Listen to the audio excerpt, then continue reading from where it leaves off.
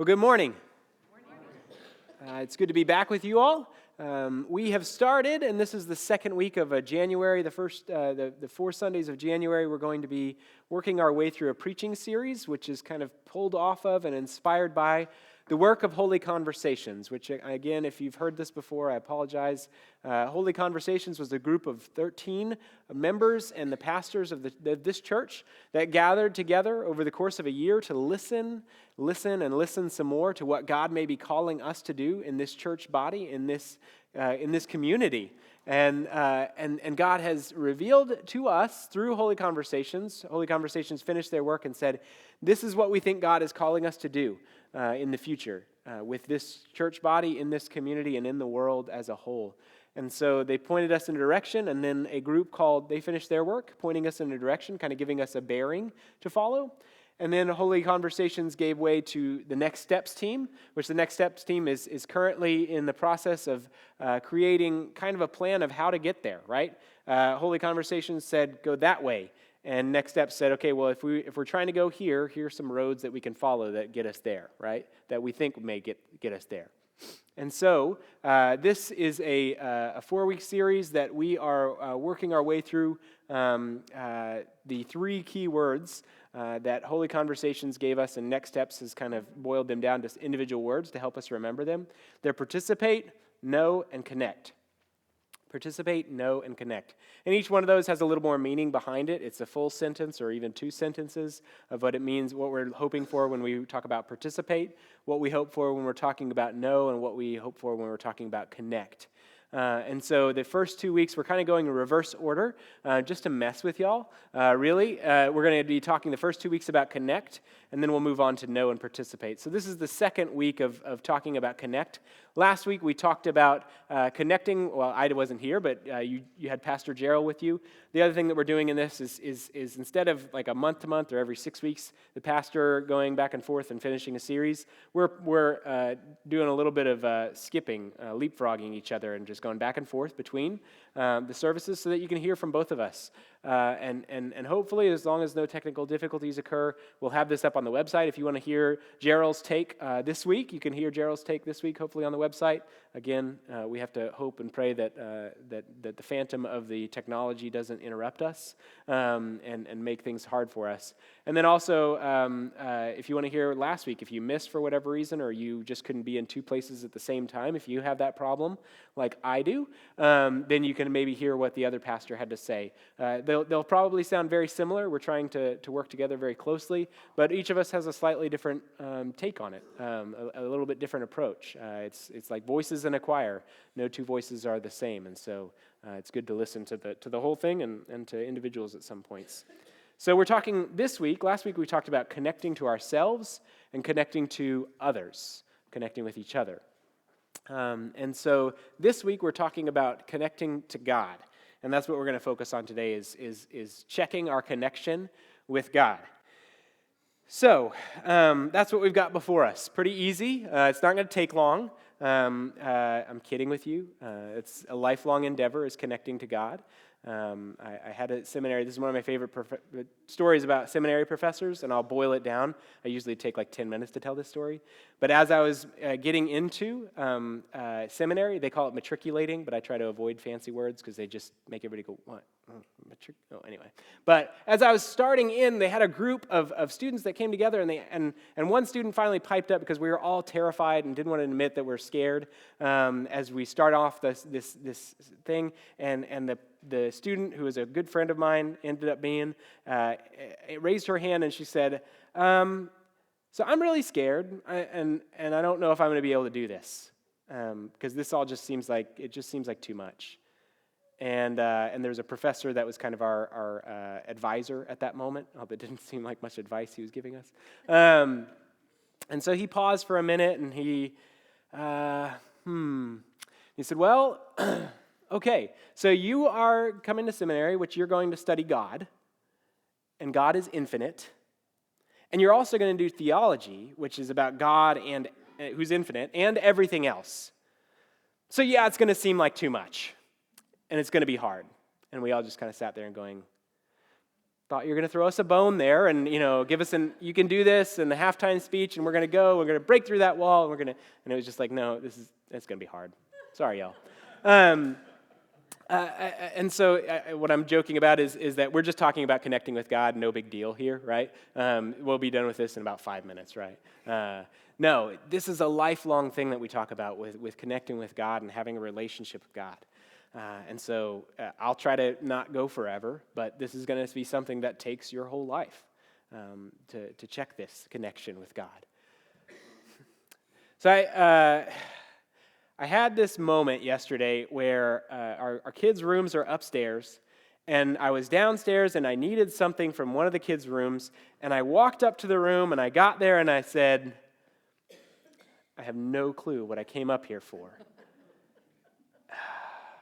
I don't know. I don't know what I came up here for, but I know the only way that I'll remember what I came here for is to go back downstairs, go back to the place where I came from, and then I'll remember. So I marched downstairs, and as soon as I got to the bottom of the stairs, I remembered, oh yeah, socks. I went upstairs for another pair of socks, because we had shoes, but no socks. And so I had to walk all the way downstairs, then walk all the way back upstairs. And it was hugely defeating. It was one of those moments of just like, I'm losing it. If I haven't lost it already, it's mostly gone, but it's going. And so I'm sure you've had those moments. I'd like to say that you've had those types of moments too, even those who are youngish, right? And your brains aren't already clouded up with too much. But maybe you've had those moments where you forget something and you say, and then you just give up and maybe you walk back and then you remember when you get back, oh, right, because you see the thing or you think of the thing or you hear the thing, whatever the thing was that made you think you got to do this other thing. That's a lot of things, I know. But that's kind of one of those frustrating realities in life is that sometimes you just have to go back to where you started, right? It's almost like losing your keys. And the most helpful question we always ask, which is also the most irritating question when you lose something, is, well, where were you when you last had it, right? Where were you? And you're like, I don't know. If I knew that, I'd already have the keys, or I'd already have my phone, or whatever it is. And so, but then the person helps you talk you through it, and you go back and you're like, okay, I remember I was using it, or I had it when I was here, and then you kind of retrace your steps. If we're going to be nice to the disciples in our scripture reading, if we're going to be really nice to them, we're going to say that that's what they were doing here in John 21. That they were going back to the last place they remember being close to Jesus, the place where they connected to Jesus on the boat. They get back in the boat. Last week, I'm not sure what Pastor Gerald did. I haven't had a chance to listen to his sermon, but I talked about basically they just went fishing, right? Which is kind of a cynical way of saying they're just passing time. I don't know what to do today. What do you want to do today?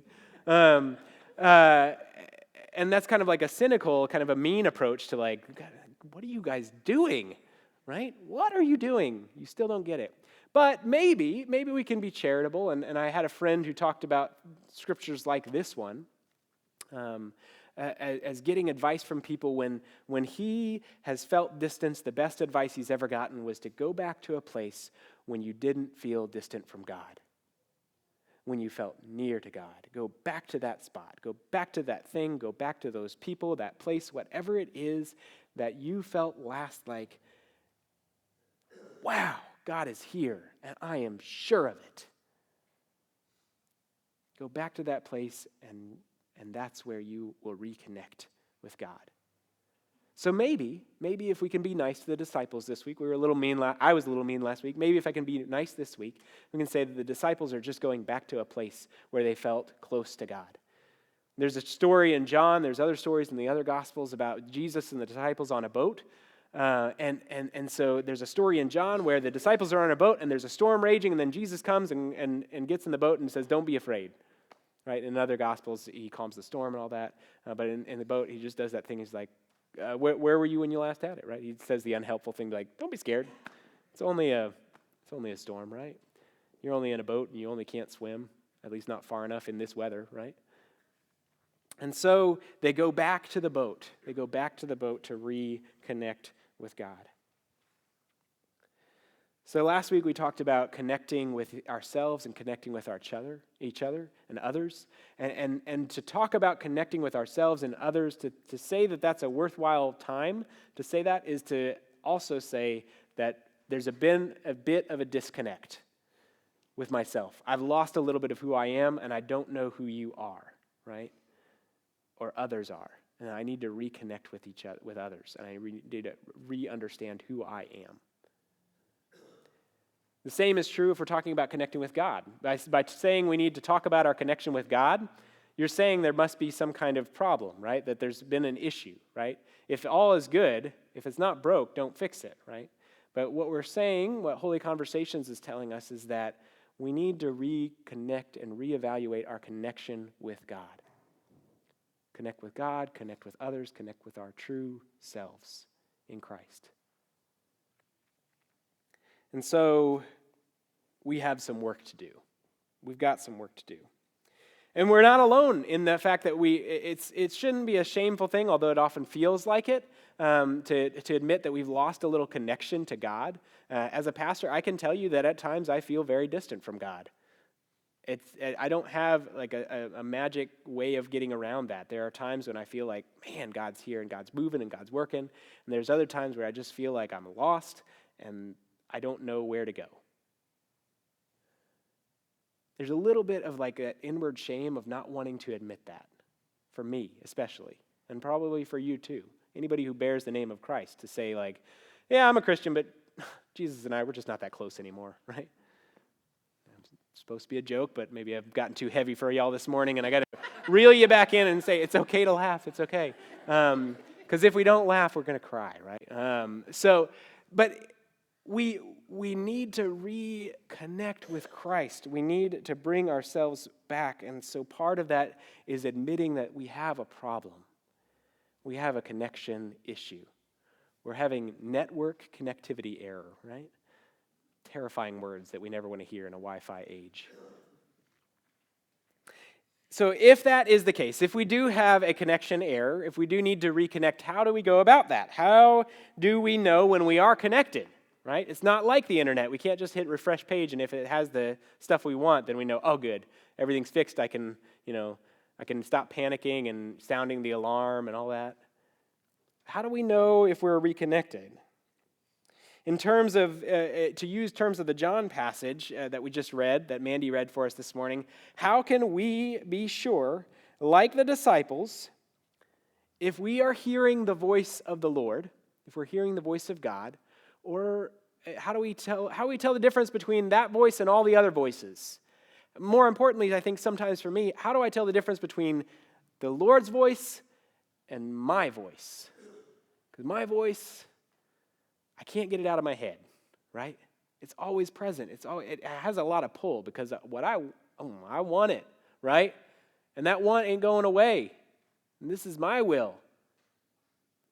So how do we tell the difference between the Lord's will and my will? How do I, like the disciple whom Jesus loved in the John text says, how am I going to be so sure that I can say, that's God? Especially in a time where I feel distant from the Lord. How do I know that? How do I know if it's God or if it's me? Because there's a lot of voices. As we were visiting this week, talking about this coming Sunday, today, Pastor Gerald and I were discussing, okay, so if we're going to ask that question, we have to answer it. Of how do we know if this is God's voice or not? So we have to come up with something. And so we talked for a little while, and we talked about how he knows and how I know. And we kind of compared notes, and we said, okay, this seems like a pretty good start to a list of ways that we have come up with, ways that we have known when God is moving, when God is calling, when it's God's voice and not my own, when it's God's voice and not something else or someone else. So, if you're one who wants to take notes, you can take notes, or you can just try to make mental notes. Or maybe you already know this and it's no news, and that's fantastic. So, but the quick checklist, and this isn't exhaustive, this isn't the end-all, be-all, this is just a really good starting point, in our opinion. So, the first thing, the way that we know that it's God talking and not ourselves or someone else, or something else, is it consistent? Is it consistent with the way I've heard God speak before? Is it consistent with Scripture? Is it consistent with the way that God has moved before?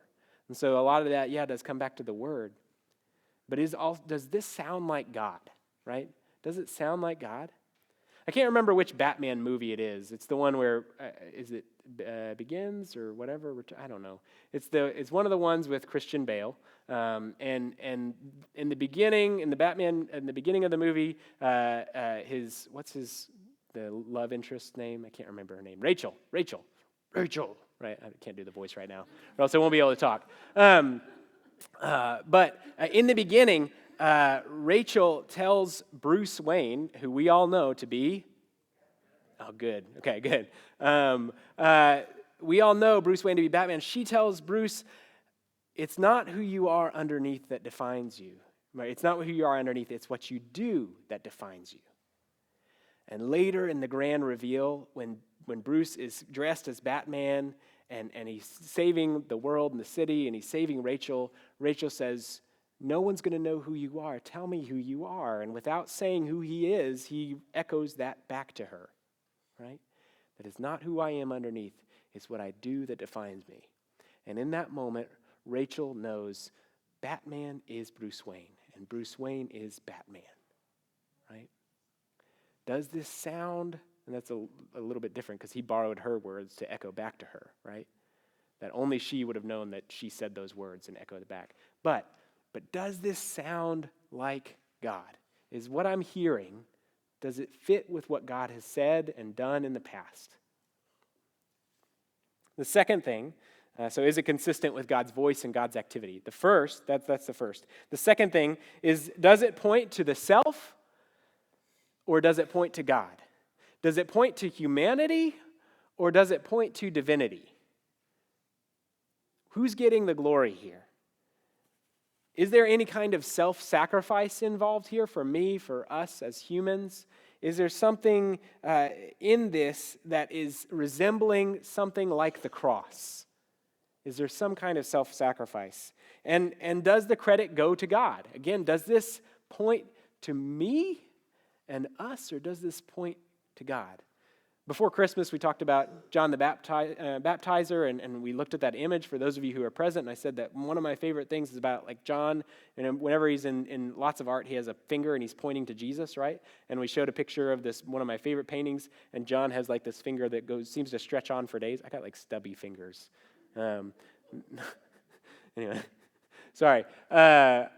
I'll be sad about my stubby fingers later. But John has this super long finger, and it's just like you are immediately drawn to John pointing to Jesus. Does this point to me or does this point to God in Christ? That's number 2. Number 3, does this come up consistently and persistently in my prayers and maybe even in others' prayers? Does this come up? Is it kind of a recurring theme? Right? Does this continue to come up? The fourth is, have others echoed this, separate of my own or others' own influence, right? Is God at work doing things in the lives and in the minds and in the hearts and the ears of other people, separate from each other?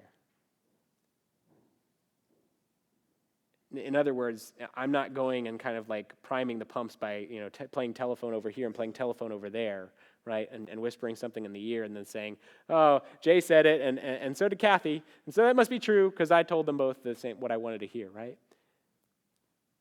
So again, to review, is it consistent with God's voice, number 1, and activity? Does it point to the self? Does it point to the human or to the divine? Does it come up consistently in prayer and meditation?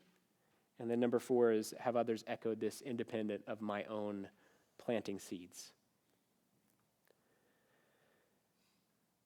Again, not an exhaustive list, but it's a start, at least a start, of a few ways to check to see, am I hearing, is this God leading, right? Is this the Spirit of the Lord calling me to get out of the boat, as the band sang about this morning with oceans? Is this the Spirit saying, get out on the water, or am I just crazy, right? Am I just wanting to dive in? I want to tell you a story about a way that I heard God speak to me and to us as well. When I first arrived here, I went through kind of the normal, every time I get to a new church, the normal getting to know you and getting to know this place and all that.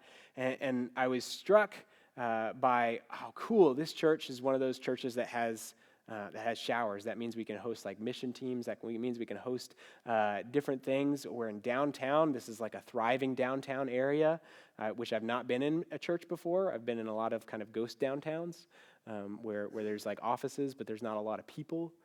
And so, wow, like what potential this building has. Let's not even think about like the 127-year-old thing up there that's beautiful and inspiring and itself points us toward God, not just with one finger, but with two spires, right? And I started thinking, wow, like that's really cool. Fast forward some time. Last spring, a couple came in and they talked to others, but then they ended up talking to me and they said, we need a little help. We need some food to eat. And we've got a job interview set up. But we need a place to shower, to clean ourselves up, to make ourselves presentable for this job interview. And we don't have a place to live. We don't have a place to shower. We don't have money to bathe at a hotel or whatever. Can you help us? And I said, okay, I can help you right now with one thing, and I can help you later with the other. So we hooked them up with a little bit of food. And I told them, come back today. It was kind of like a drizzly day, a little bit like, I guess it was Friday, or was that yesterday with all the rain?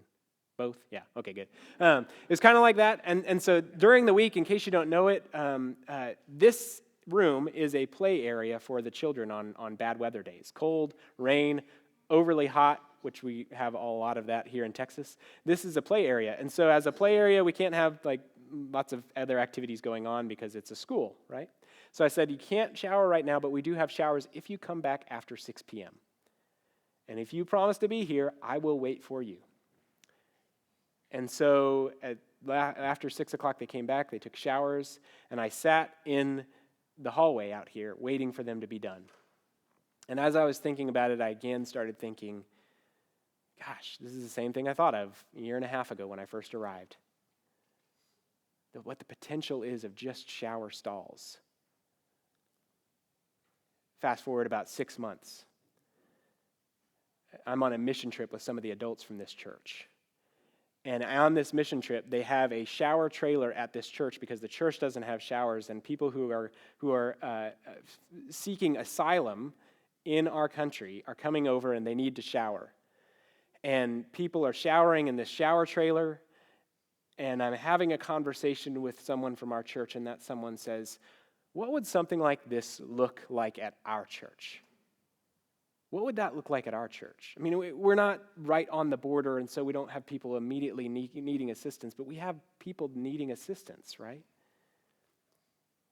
And I thought, yeah, that's interesting. And then I talked that person through all of the hurdles that get in the way of us doing that ministry and why I didn't think it was possible. And in the beginning, when I was sitting out here, well, not in the beginning, halfway through, when I was sitting out here, I thought, waiting for the couple, I thought, nobody else wants to spend time waiting for people to get out of the shower. That's just not that much fun of a ministry. Nobody's going to do it.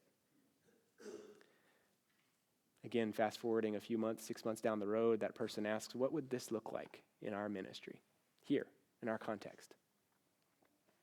A week and a half, 2 weeks later, I had a discussion with somebody who's on the board of trustees, if you don't know the board of trustees, they take care of our facilities and our grounds. And so they get lots of things done. All the repairs that are going on has gone through the trustees, and we thank them. They do great work. But I had somebody from the trustees come to me after a trustees meeting and say, I really think we need to fix up those bathrooms down in the fellowship hall.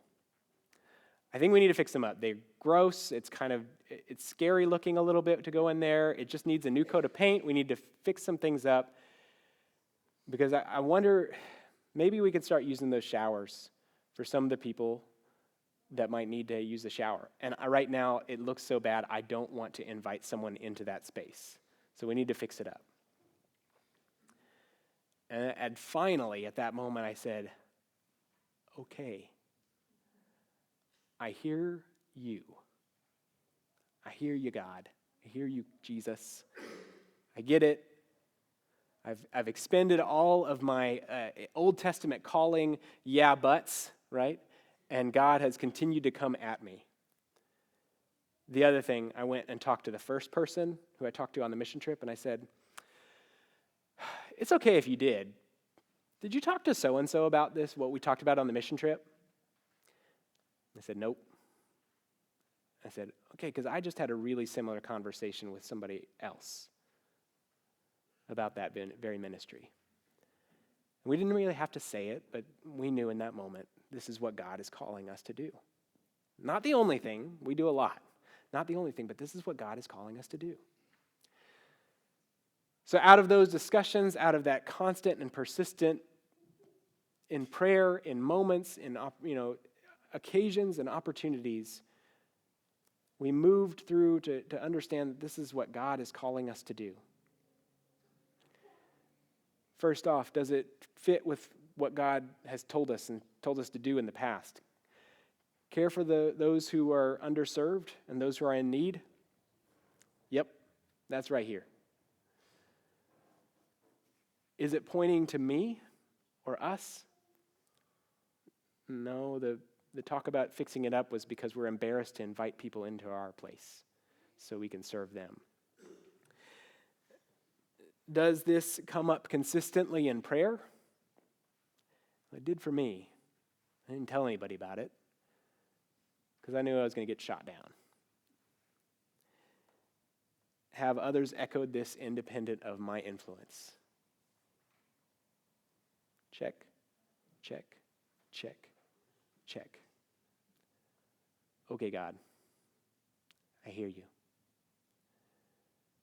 And so out of that I hear you moment and conversations with the Next Steps group, tacos and towels, it has been, it's not born yet, but it's on the way. February 29th, if you want to mark your calendar, February 29th, we're not going to do anything groundbreaking. It's not going to be like the world's biggest deal, but we're just going to invite, and you've probably heard this before, sometime in December, we're going to invite people who are in need of a shower and a breakfast and maybe a cup of coffee to come in. We're going to have some breakfast tacos, and we're going to have some towels and some other stuff to take a shower for those who need to shower. February 29th, it's a leap year day. Taking a leap, right? I don't know how this is going to turn out. The other thing that I think, if I could add on a 4B to that list, is that if it is truly God calling us, you, me, to do something, I think the John passage today shows that if it's truly God calling you to cast your net on the right side of the boat, it's going to be too much for you to handle. When they cast the net, they hauled in the fish, and it was what? Do you remember? Too heavy. They couldn't bring the fish in. It was too much for them to handle. So they dragged it to shore. If it's too much for you to handle, then the other thing of that is that, one, God might be calling. Now, it may just, again, check through the whole list and even more than that. Because it could just be that you're trying to, jump over the Grand Canyon, right? But the other thing that it does, if it's too much for you to handle, it's going to save you and me and us from trying to give ourselves credit and be like, wow, look at what we did. Look at what we did. Because we'll know that we didn't do this. That when we pull in that catch, we, just like the disciple, will say, that's God. That's God.